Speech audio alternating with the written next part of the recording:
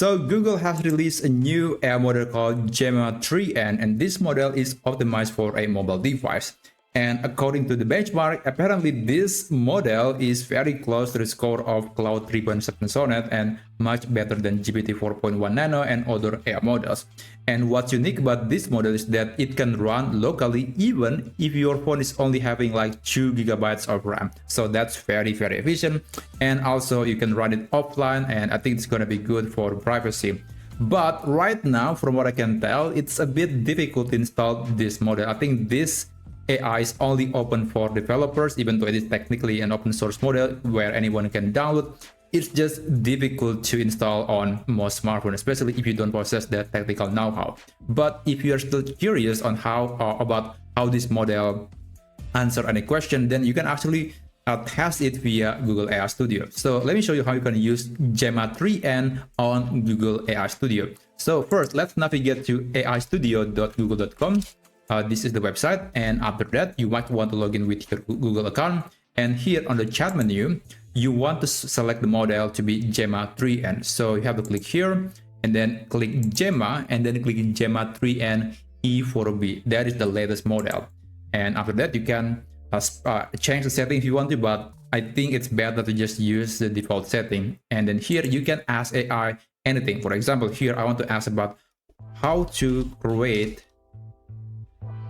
a website and click run. So this AI Studio is really just a playground for developers to try various models from Google and various tools of Gemini, and one of them is of course Gemma 3N E4B.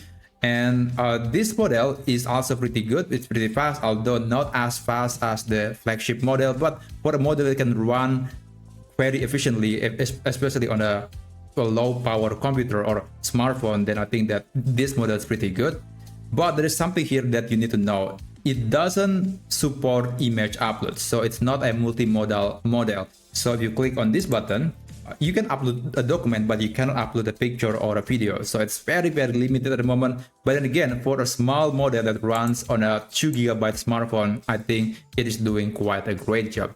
So right now there is no Android application that can run this model quite easily. Like if you're using desktop computer or Windows, there is a piece of software like LM Studio or John.ai that you can use to run models like Gemma, DeepSeek, Mistral, and many others.